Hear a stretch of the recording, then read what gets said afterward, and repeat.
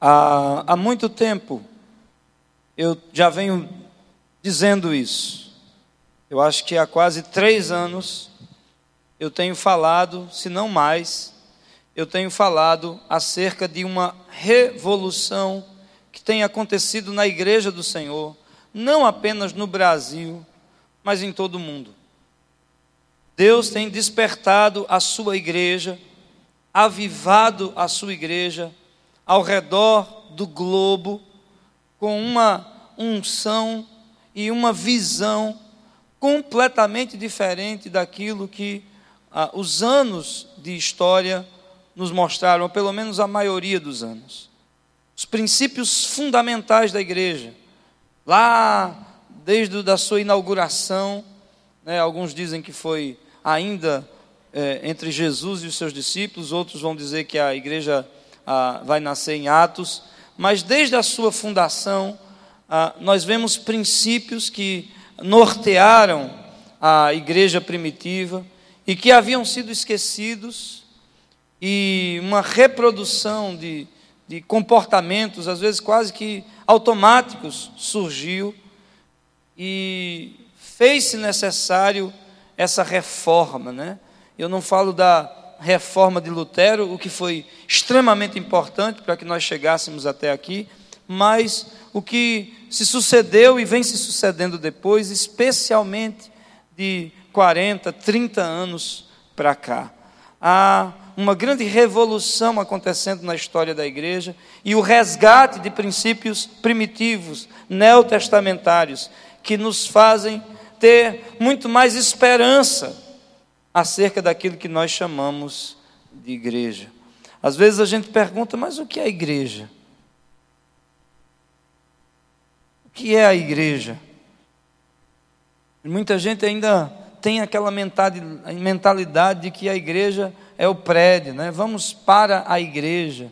E nós precisamos ainda exercitar esse pensamento, porque a igreja é você, meu irmão. A igreja sou eu. Nós precisamos nos livrar daqueles velhos paradigmas, Como nos despertou no Brasil, quase que de forma primária, o pastor Ed René Kivitz, da Igreja Batista de Água Branca, quando lançou o seu livro Quebrando Paradigmas, onde ele nos apresenta essas 4 estruturas que precisavam ser repensadas, Há quase 20 anos atrás, se falava de clero, culto, domingo e templo. E quando a gente pensava em igreja, a gente pensava em clero, culto, domingo e templo. E essa não é uma realidade apenas brasileira. No mundo inteiro, inclusive em alguns países do Oriente, especialmente no Oriente, a igreja do Senhor tem despertado para que esses paradigmas sejam quebrados. O culto não é apenas o que nós vemos aqui no domingo à noite.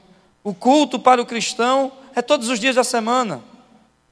Às vezes nós ainda encontramos crentes cristãos domingueiros, e ele cultua a Deus no domingo à noite, e o resto da semana vazio. Acabou.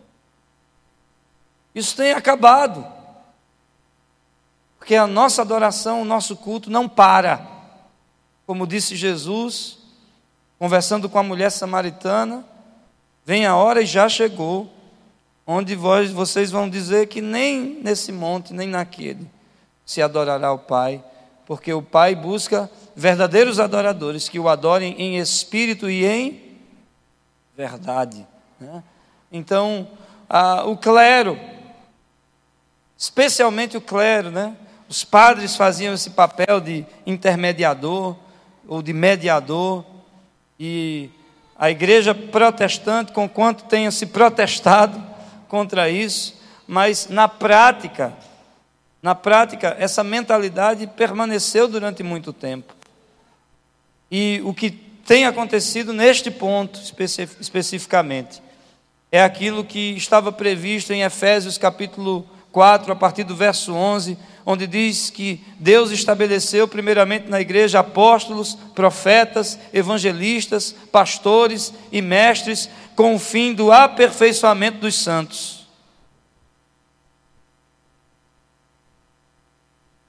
Para a obra do ministério. De maneira que o ministério, ele no mundo inteiro, tem sido devolvido ao seu devido lugar. Que lugar é esse? Na mão das pessoas. É aquilo que nós chamamos de sacerdócio real. O ministério não é para ser executado pelos oficiais da igreja. E esse é um entendimento que nós temos tido. A igreja no mundo inteiro tem sido despertada, onde o apóstolo, ele não vai apenas cumprir o papel de missionário dele, de pregar a palavra, de implantar a igreja, de estabelecer a igreja, de ordenar os demais ministérios, mas ele vai formar outros apóstolos. O pastor não é apenas aquele que pastoreia, ele também pastoreia, mas ele vai especialmente formar outros pastores. O evangelista, a gente achava que era uma figura especial na igreja, só ele tinha habilidade para evangelizar, e obviamente, como um chamado de evangelismo, ele vai fazer isso muito bem, mas ele não apenas evangeliza, ele vai formar outros evangelistas, levar a igreja a evangelizar. E é assim com o mestre, é assim com o profeta, que não devem apenas cumprir o seu ofício, ele vai formar, habilitar, capacitar a igreja para ensinar e para profetizar. Entende como esses paradigmas precisam ser quebrados? Como nós, como igreja, somos chamados a muito mais que membros, espectadores, mas a verdadeiros discípulos do Senhor Jesus. Essa é a nossa grande vocação. Agora, como nós vamos nos posicionar frente a essas forças que nos querem parar, impedir de viver essa nova realidade? A realidade onde cada cristão deve ser um ministro do Evangelho, no lugar onde você está plantado, porque o Senhor nos deu esse ministério da reconciliação. Você é um artista, é ali no seu meio, onde você vai ser um discípulo de Jesus e vai ganhar pessoas para o Senhor Jesus. Você é um surfista, é lá dentro d'água que o Senhor vai te usar como discípulo dele, para alcançar pessoas, para ministrar sobre a vida de pessoas. Um empresário, um profissional liberal, onde você estiver, um estudante, ali você é um discípulo do Senhor. E o que nos chama a atenção é que a perseguição, a evidente rejeição da igreja, ela tem aumentado. Não sei se você tem percebido, não sei até que ponto a mídia, obviamente, exerce uma influência muito grande nesse papel. Mas o fato é que, embora os campos estejam brancos, há muita gente aí sedenta por Deus, precisando apenas de um convite, precisando apenas de alguém que ore com unção, com autoridade, para que ela se entregue. Por outro lado, há um levante muito grande, uma resistência muito grande dentro da sociedade, não é apenas no Brasil, no mundo inteiro. Hoje, inclusive, tem sido celebrado o dia da igreja perseguida, né, em vários lugares. E hoje eu queria trazer uma palavra com base em Judas, para que a gente tome posição, gente, como discípulos do Senhor, não como meros evangélicos,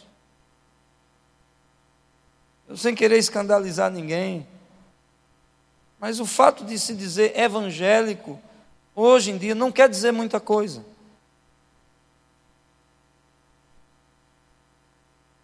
Mas nós precisamos nos posicionar como discípulos de Jesus, como verdadeiros seguidores dele, analisando o coração de Jesus, o cerne do seu discurso, das suas ações, e reproduzirmos lá fora isso que nós encontramos na vida dele.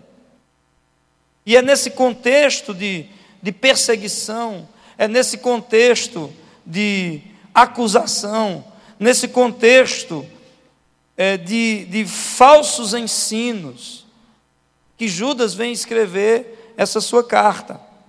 E eu queria ler com você o verso 20 em diante, ao verso 23, onde ele diz assim: edifiquem-se, porém, amados, na santíssima fé que vocês têm, orando no Espírito Santo. Mantenham-se no amor de Deus, enquanto esperam que a misericórdia do nosso Senhor Jesus Cristo os leve para a vida eterna. Tenham compaixão daqueles que duvidam. A outros, salvem, arrebatando-os do fogo. A outros ainda, mostrem misericórdia com temor, odiando até a roupa contaminada pela carne. Amém? Como eu disse, o tema central dessa carta ou dessa epístola é o posicionamento. No versículo 3, Judas vai dizer: amados, embora estivesse ansioso por escrever-lhes acerca da salvação que compartilhamos. A intenção de Judas inicialmente era falar da salvação, daquilo que eles tinham em comum nesse ponto. Mas ele diz assim: senti que era necessário escrever-lhes, insistindo que batalhassem pela fé de uma vez por todas, confiada aos santos. E a primeira coisa que nós vamos tratar aqui é dessa batalha pela fé. Porque no verso 20, ele vai dizer: edifiquem-se, porém, amados, na santíssima fé que vocês têm. Por que isso? Porque há muita coisa se apresentando como evangelho e que não é evangelho. Há muita graça barata sendo levantada em nome de religiosidade, em nome das nossas santas tradições, e que não tem nada a ver com o projeto de Deus para a nossa vida, com aquilo que Jesus esperava quando ele idealizou a igreja. Essa reprodução automática e sistemática das coisas não vai nos levar a cumprir a expectativa, o chamado, a vocação que o Senhor nos deu como igreja. Igreja é você, meu amado. Por isso que Judas está nos conclamando a batalharmos pela fé santíssima. Porque é possível, mesmo tendo sido salvos, mesmo tendo aceitado Jesus, que nós caiamos da nossa posição, que a gente não se mantenha naquilo que Deus espera que a gente faça e seja. E eu queria que você prestasse atenção aqui comigo. No verso 6 em diante, Judas vai apelar para a figura espiritual de alguém que tinha uma posição e que caiu dessa posição. Ele usa o exemplo dos anjos que não conservaram suas posições de autoridade, quer dizer, seu principado, mas abandonaram sua própria morada, e ele os tem guardado em trevas, presos com correntes eternas, para o juízo do grande dia. Veja, segundo o relato bíblico, Lúcifer era uma autoridade nos céus. um querubim, cercado de pedras preciosas, cercado por labaredas de fogo. Mas em algum momento se achou iniquidade no seu coração, e ele perdeu sua posição. E logo depois, Judas vai apelar para o exemplo de Sodoma e Gomorra. Essas cidades que por causa do pecado receberam castigo e fogo, e que nos servem de exemplo. Você está dizendo, pastor, por que essa palavra tão pesada? Não é pesada, é uma palavra que trata da realidade, especialmente diante de uma geração que tem se cercado de mestres segundo os seus próprios interesses. Gente que tem minado a verdadeira fé em Jesus Cristo. Gente que não tem se colocado nessa posição de verdadeiro seguidor de Jesus. Religião já tem provado que não nos leva a lugar nenhum, irmãos. Aqueles velhos paradigmas que já têm sido apresentados, clero, culto, domingo, templo, essas coisas, elas precisam ser substituídas por uma fé autêntica, genuína. Por isso Judas vai dizer, batalhe pela fé, lute pela fé, se posicione em relação à fé, não abra mão da sua fé. Eu queria que você abrisse comigo aí, rapidamente, em 1 Timóteo, capítulo 1, versículo 4. 1 Timóteo, capítulo 1, verso 4.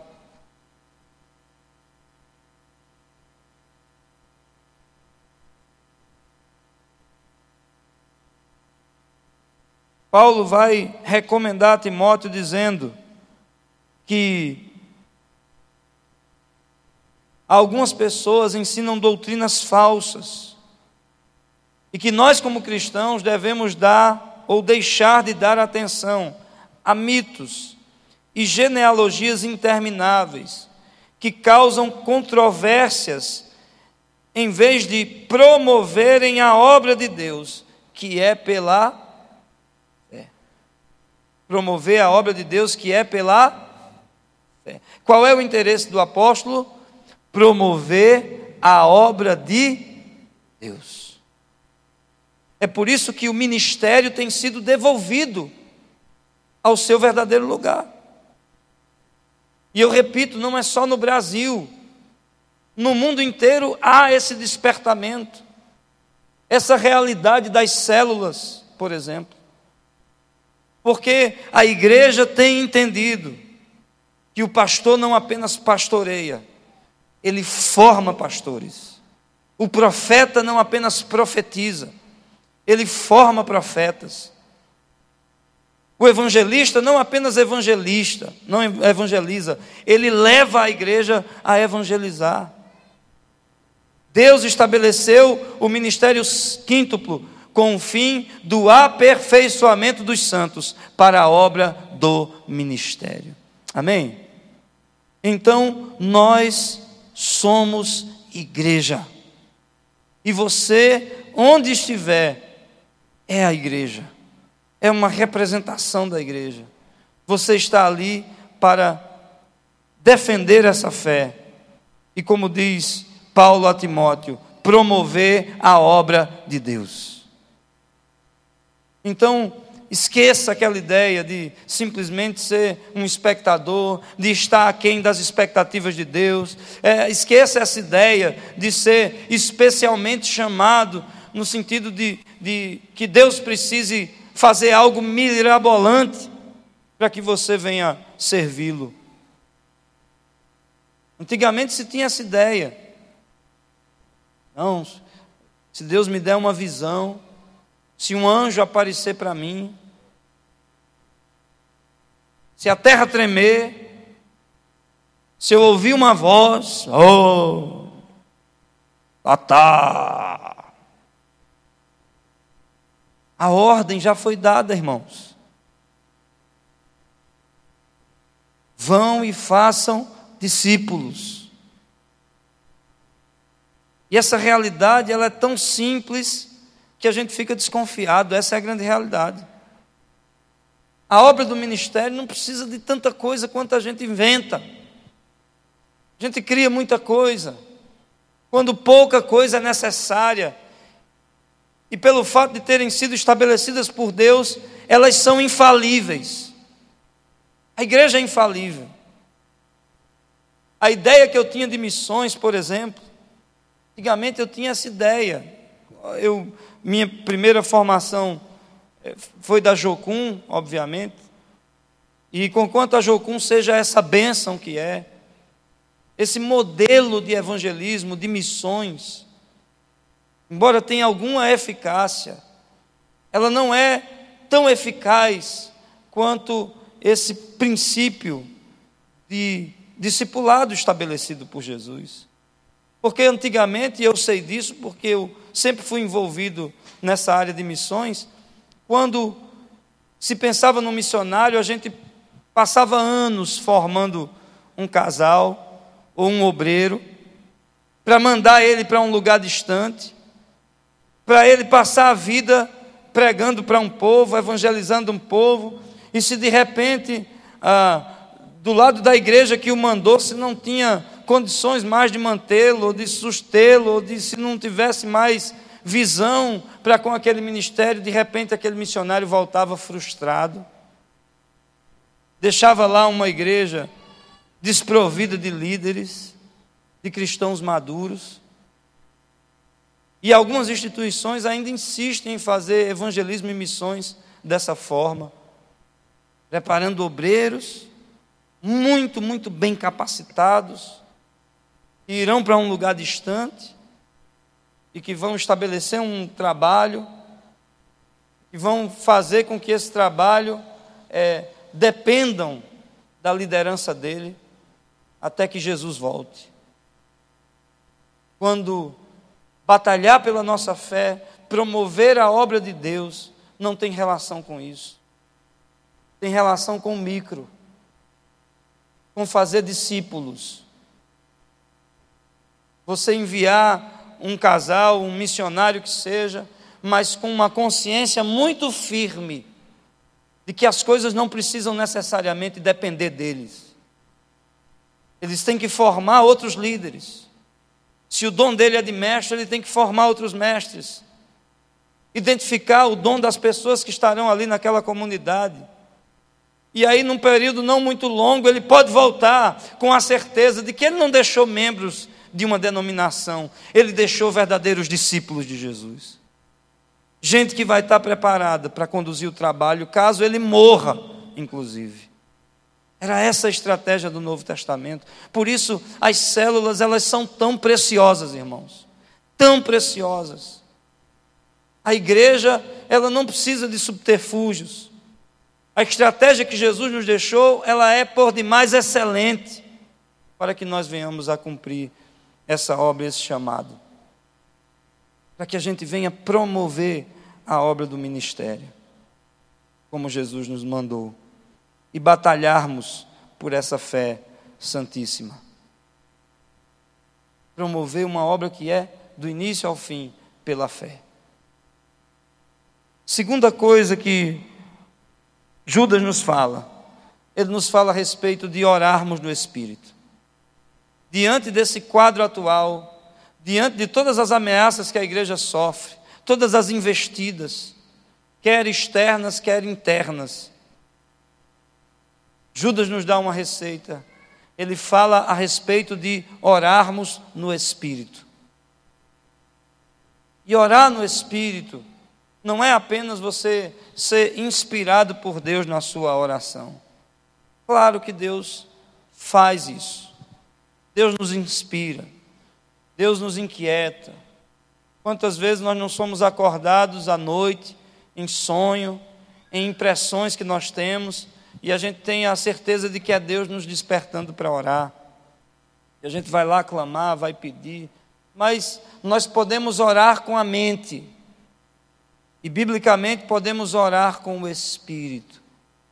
fala da oração em línguas estranhas, fala da oração no sobrenatural, da gente deixar fluir esse dom que nos foi dado, colocar para fora isso, praticar mais isso. E o termo é esse mesmo, é praticar a oração em línguas. Eu queria que você abrisse comigo agora em Efésios, capítulo 6, versículo 18. Efésios 6, 18.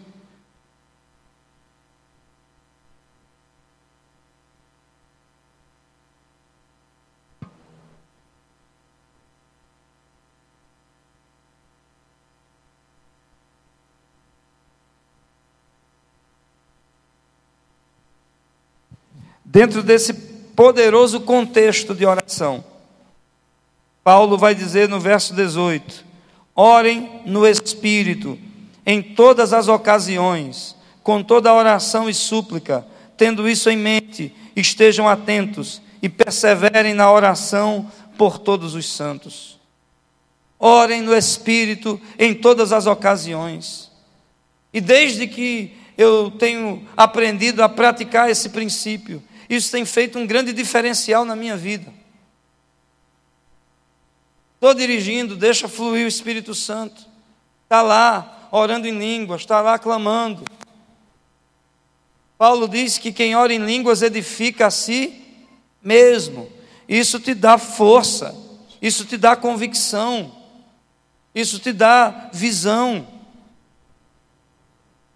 Às vezes nós não sabemos no reino espiritual o que de fato está acontecendo, mas Deus sabe. E é por isso que em Romanos 8, 26, Paulo vai dizer: da mesma forma, o Espírito nos ajuda em nossas fraquezas, pois não sabemos orar, mas o próprio Espírito intercede por nós com gemidos inexprimíveis. E sabe o que é que eu vejo aqui, irmãos? É que igreja trata de coisa, de realidade sobrenatural. Igreja não é clube, igreja não é associação, igreja não é ajuntamento de homens apenas. Igreja nasce num contexto de realidade espiritual. Por isso que uma igreja que não ora é uma igreja fraca, é uma igreja dividida, é uma igreja sem visão, é uma igreja sem autoridade sobre o poder do diabo. E graças a Deus, porque essa igreja tem sido despertada para a realidade das orações. Não apenas essa igreja, no mundo inteiro as igrejas têm despertado para avivamento.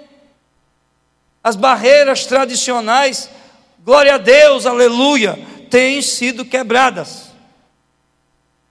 Seja na batista, seja na presbiteriana, na congregacional, barreiras têm sido quebradas, pastores têm sido despertados para essa realidade, têm se consagrado, se santificado, dobrado os seus joelhos, se humilhado na presença de Deus. É isso que faz a diferença na vida de uma igreja. É a qualidade da oração. Cristãos que oram são cristãos fortes. Essa era a prática da igreja primitiva. Não cessava de orar, de clamar. Eles tinham uma expectativa de que Jesus poderia voltar a qualquer momento, e por isso mesmo eles aguardavam na presença de Deus. E quando eu falo que essa igreja tem sido despertada, é porque nós temos tido oração pela manhã, de segunda a sábado. Tem vindo aqui uma galera clamar, buscar a presença de Deus. Para mim é até mais fácil, teoricamente poderia se dizer até mais fácil, não sei se é. Porque por causa das minhas demandas, às vezes eu vou dormir, está aí minha esposa, quem convive comigo mais perto sabe. Vou dormir 11 horas da noite, meia-noite, 5:30 da manhã eu estou aqui buscando a Deus. E às vezes Deus me desperta nesse intervalo, 4 da manhã, para orar, para buscar. E isso para mim não é um peso mais. No começo era um peso. Hoje já é uma necessidade. Se eu não orar, eu já fico incomodado. É uma inquietação santa para estar na presença de Deus. Um grupo de mulheres agora que se reúne para orar na terça-feira à tarde. Outro dia alguém me perguntou: sua igreja não tem culto de oração, não? Meu irmão, tem não. Mas a gente quer chegar num nível onde todo cristão seja um homem e uma mulher de oração na nossa igreja. E Deus levantou um grupo de mulheres para estarem orando na terça-feira à tarde. Está aí uma boa pedida para você. De repente você pode parar no meio do dia, vir aqui às 3 da tarde numa terça para buscar a Deus, clamar a Deus, se juntar com outras irmãs ou irmãos, né? Porque não é um clube da Luluzinha, não é fechado, é aberto. Mas vem orar. Agora um outro grupo começa a orar 1 hora antes do culto. Vamos acabar com o problema de horário, gente. Marque para chegar aqui 5 da tarde para estar orando. Na igreja do pastor Djalma, que é meu discipulador, lá os irmãos já têm o hábito de 30 minutos antes do culto já estarem de joelhos. E lá ele fez questão de começar essa oração de joelhos, 30 minutos antes do culto. E quando você chega lá é uma coisa linda. A igreja já está cheia e todo mundo de joelhos, orando, esperando a adoração começar, clamando a Deus, buscando a presença de Deus. Orar em todo tempo no Espírito. Que a igreja não nasce num coração de homem, por intenção humana, mas é algo que nasce primeiramente no coração de Deus. Trata de uma realidade espiritual. Obviamente, como nós não somos anjos ainda, vai tratar de questões relacionais, humanas, mas especialmente a nossa identidade é, ou pelo menos deveria ser, espiritual. As nossas maiores guerras são travadas no meio do Espírito. Terceiro ponto, Judas vai falar de amor. Conservem-se no amor de Deus. Mantenham-se no amor de Deus. E esse é o grande mandamento. Nós nos mantermos no amor de Deus. Como eu disse, a grande questão não é só nós vamos ser salvos ou não. E é interessante porque essa carta, ela é tão parecida com 2 Pedro, que ninguém sabe quem inspirou quem. Se Judas se inspirou em 2 Pedro, ou se Pedro se inspirou nessa de Judas. Mas eles fazem um paralelo o tempo todo.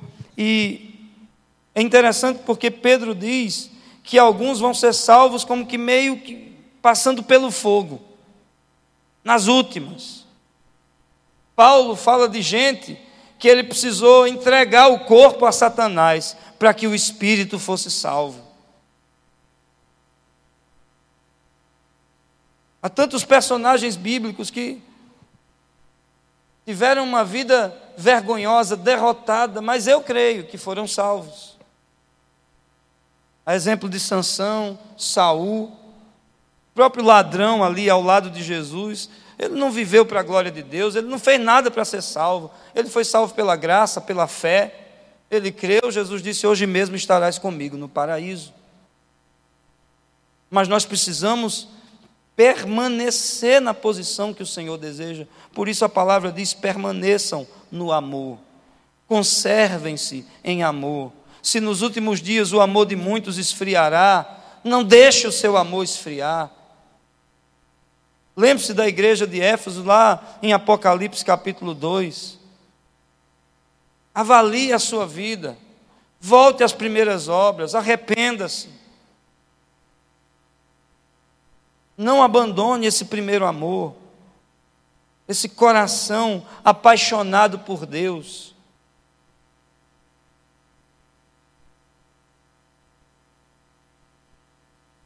Abra comigo aí em Romanos capítulo 8, versos 35 em diante. Romanos 8, do 35 em diante.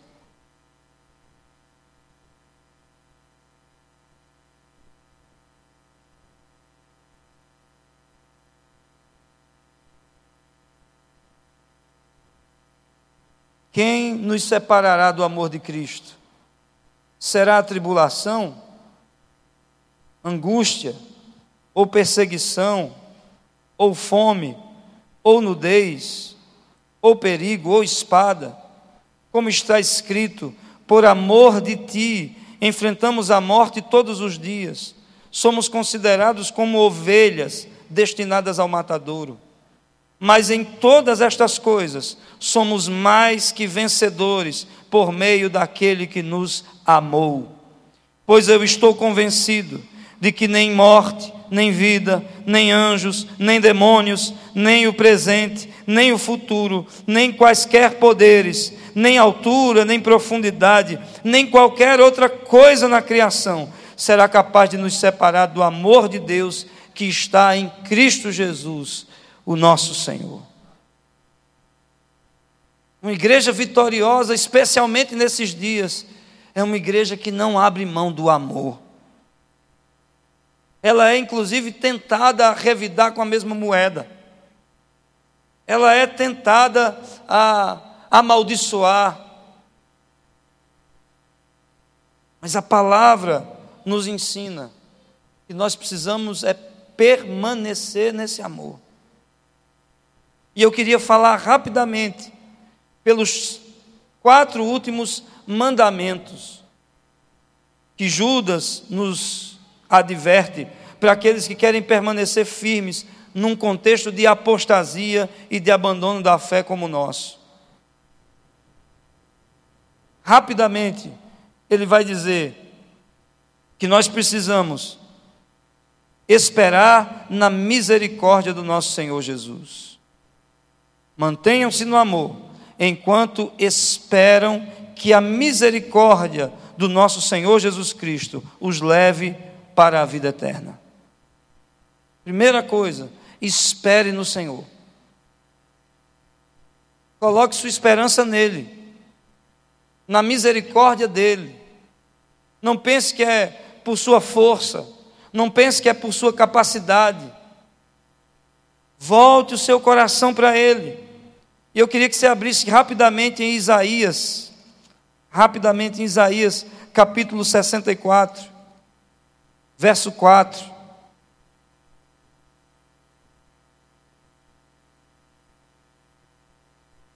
Se você for inteligente, como eu sei que você é, você vai grifar essa passagem, você vai memorizar essa passagem, porque é uma espada poderosa para nós nesses dias. Isaías 64, versículo 4, diz assim: desde os tempos antigos, ninguém ouviu, nem olho percebeu, e olho nenhum viu, ouvido percebeu, e olho nenhum viu outro Deus, além de ti, que trabalha para aquele que nele espera. Amém? Espere na misericórdia do Senhor. Ponha nele a sua esperança. Ponha nessa misericórdia a sua expectativa, seus sonhos, seus ideais. Espere por Deus. São coisas inimagináveis. Paulo tenta dizer esse versículo de uma outra maneira. Fala do que Deus tem preparado para aqueles que o amam. Mas é basicamente a mesma coisa. Um Deus que trabalha por aqueles que nele esperam. E é isso que como igreja nós precisamos fazer. Quinto lugar, o texto fala a respeito de termos compaixão daqueles que duvidam. Tem muita gente sincera aí fora, gente. Tem muita gente boa, tem muita gente correta, muita gente íntegra. Tem muita gente com um coração retilíneo, às vezes mais do que pessoas que estão dentro da igreja. Eu não estou aqui para julgar ninguém, apontar ninguém, condenar ninguém. Todos nós estamos num processo de santificação. Não é essa justiça que vai para o céu, ou que leva alguém para o céu. Mas o que eu estou querendo dizer é que há pessoas que embora sejam pessoas de uma índole boa, elas ainda precisam ouvir da salvação. E em relação a essas, nós precisamos ter compaixão. Compaixão tem a ver com sofrer por essas pessoas. É coisa que mexe aqui dentro da gente. E a grande verdade é que se a gente parar para pensar, nós vamos reconhecer que nós não temos um profundo amor pelos perdidos. A gente até às vezes se esforça por amar quem nos ama, quem nos faz o bem. É difícil a gente se comover como Jesus se comovia. E, obviamente, se mover como Jesus se movia, uma vez motivado por essa compaixão. Mas nós precisamos pedir a Deus misericórdia, para que tenhamos essa mesma visitação, para que a gente não cesse de orar, de clamar e de falar para aqueles que precisam ouvir dessa salvação. Como o texto de 2 Coríntios diz que o Deus desse século cegou o entendimento dos descrentes. É por meio da oração e da pregação do Evangelho que essas escamas vão cair dos seus olhos. Por isso o texto diz que nós precisamos ter compaixão dessa gente. Eu acho que um dos sentimentos mais terríveis para um cristão, talvez não é nem sentimento, é atitude mesmo.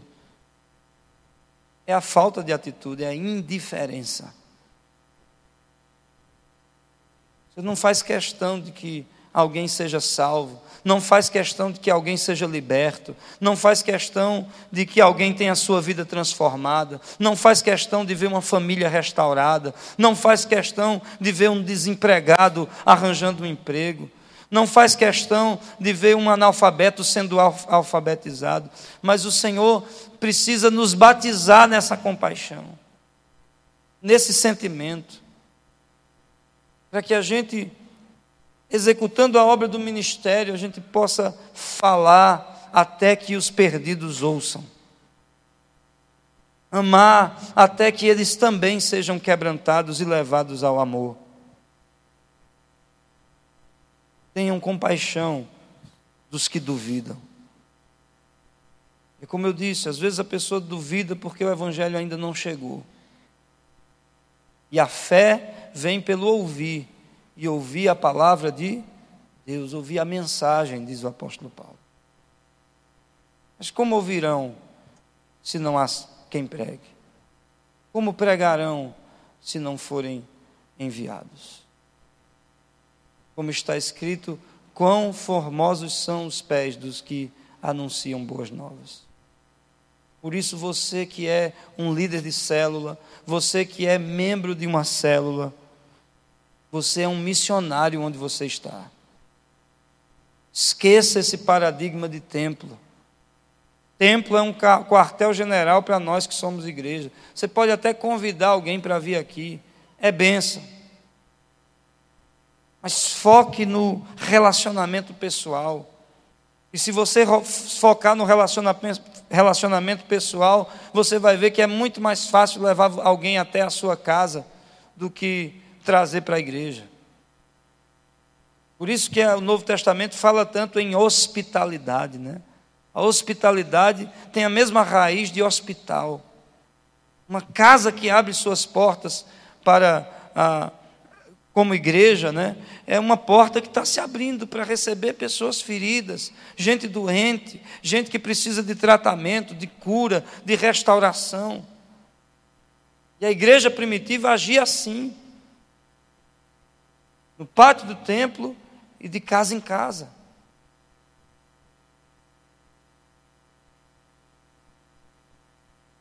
Ele diz ainda, a outros, salvem, arrebatando-os do fogo. E para mim isso tem um sentido de urgência. Não interessa a maneira. Cria uma estratégia, faz alguma coisa para salvar essa criatura. Se move, grita. Usa da tua criatividade, mas salva esse aí. Você está arrebatando do fogo. Eu me lembro do testemunho do vocalista do P.O.D., que é uma banda de new metal cristão, e uma banda excelente tecnicamente. Mas os caras também, não sei hoje como está, porque vida de músico cristão já tem demonstrado que não é muito fácil, especialmente de artista cristão. Mas eles tinham clipes lançados na MTV, né? Independente de cristãos ou não, eles tinham uma aceitação imensa no mundo, de uma forma geral. E muitas das suas canções falavam mesmo do nome de Jesus, falavam do Evangelho. E os caras com aqueles dreads, né? Aquele estilo, os braços tudo tatuado e tal. E uma vez eles foram dar uma entrevista e alguém perguntou se eles não tinham problema de aceitação na igreja, já que no mundo eles estavam conseguindo, né, alcançar um público muito grande, se eles não sofriam preconceito por parte da igreja, e como é que eles se sentiam diante desse preconceito. Ele disse, olha, essa realidade já mudou bastante, mas eu sinto que em alguns lugares, algumas pessoas olham para nós estranho. Mas o que me faz continuar com o ministério que eu tenho é saber que é como se eu tivesse puxando os perdidos de um lado do muro pelos cabelos e trazendo para o reino de Deus. O nosso trabalho é como se eu estivesse do lado de cá do muro, enfiando a mão e arrastando gente pelos cabelos para o reino de Deus. É mais ou menos nesse sentido que eu vejo essa palavra. A gente vê isso acontecer de forma mais evidente no Metanoia, por exemplo, onde alguns chegam quase a mentir, não estou dizendo que mentem não, mas quase a mentir para poder arrastar um perdido para o Metanoia. Passa lá de última hora, às vezes o cara não tem nada, e o discípulo vai lá, passa num supermercado, compra escova de dente, pasta, sabonete, na hora, para que ele não tenha desculpa de não ir para o Metanoia. Roupa. Tem gente que se desdobra. Nesse último Metanoia, eu vi uma dupla aí, Léo e Jairo, não sei nem se estão aqui, colaram num sujeito lá, e 24 horas lá, batalhando, lutando. O Metanoia começava, o ônibus ia sair 6h30 da noite, Jairo e Léo chegaram na casa dele 2 da tarde, para não ter perigo dele fugir. Isso é arrebatar do fogo, irmão. Lá na cola, pastor, ora aí, levava o nome do cara para oração. Infelizmente, no domingo, não sei se domingo ou sábado à noite, à tarde, final de tarde, ele fugiu. Mas Deus viu a intenção dos irmãos, Deus viu a compaixão, Deus viu essa tentativa de arrebatamento. E a palavra não deixou de ser pregada, obviamente, mas nos falta essa gana, sabe, gente? Nos falta esse gás, a gente saber que nós estamos arrebatando pessoas do inferno, do fogo, da condenação. Em último lugar, Judas vai dizer que a alguns nós vamos sim mostrar misericórdia, mas com temor. Odiando até a roupa contaminada pela carne. Para mim, o que Judas está dizendo, que embora a gente ame e queira ver a pessoa salva, a gente não pode dar muita brecha, a gente não pode dar muito espaço, a gente não pode se associar, por causa do perigo. É gente com poder de argumentação muito grande, é gente com poder de influência muito grande, e de repente pode usar de astúcia para nos desviar da fé. Por isso que antes de você sair por aí pregando, testemunhando, querendo ganhar o mundo para Jesus, é extremamente importante que você receba um alicerce, um bom alicerce para a sua fé. Porque eu lido com isso o tempo todo. Gente que despreparadamente vai falar de Jesus e termina levando uma rasteira do diabo. Quantos e quantas pessoas não se sentiram assim seguras, mas por se associarem com pessoas erradas, terminaram levando uma queda. E o tema do que Judas está falando é exatamente disso, da gente se manter na posição. Por isso ele diz, olha, em relação a certas pessoas, mostre misericórdia, mas com temor. Mantenha uma distância de segurança. Rejeita até a roupa que o sujeito veste, para que isso não venha contaminar você. E ele conclui dizendo: aquele que é poderoso para impedi-los de cair e para apresentá-los diante de sua glória, sem mácula e com grande alegria. Ao único Deus, nosso Salvador, sejam glória, majestade, poder e autoridade mediante Jesus Cristo, nosso Senhor, antes de todos os tempos, agora, para todo sempre. Amém.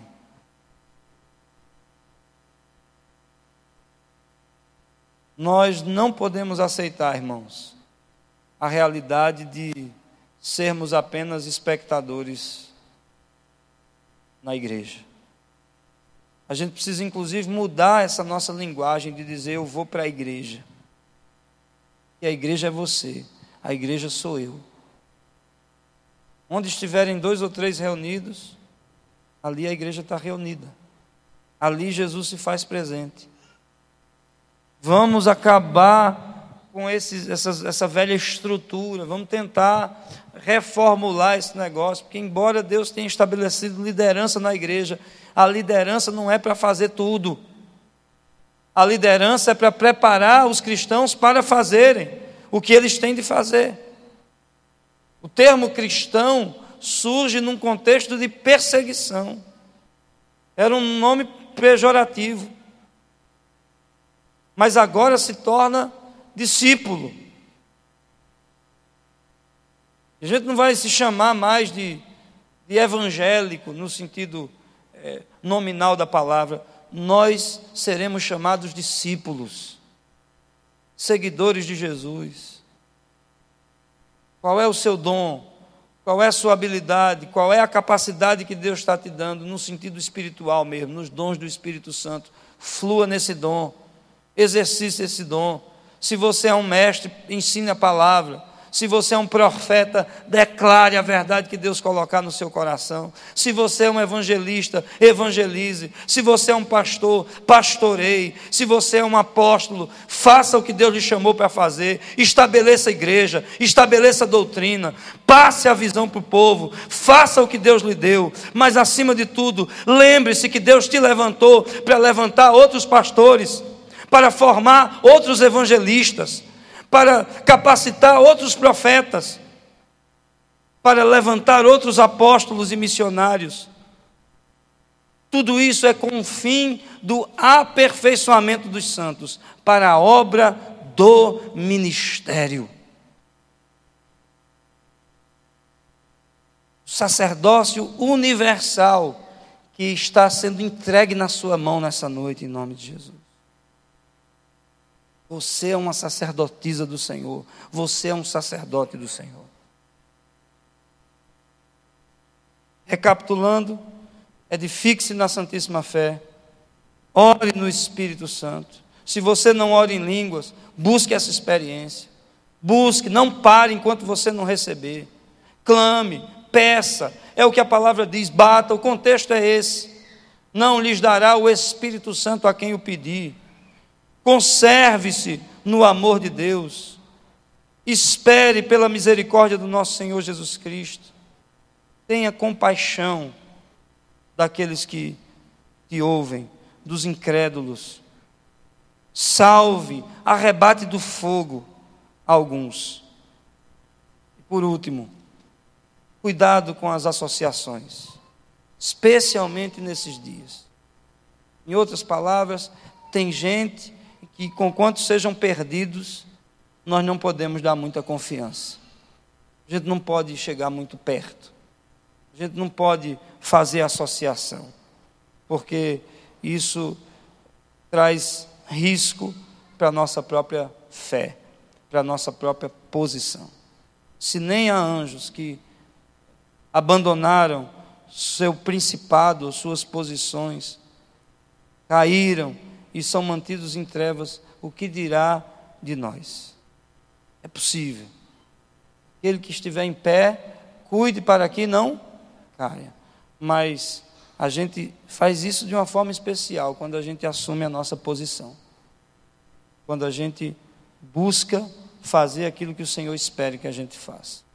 Bem-aventurado é o servo que foi encontrado fazendo assim, quando o seu Senhor voltar. Amém? Vamos ficar de pé, em nome de Jesus.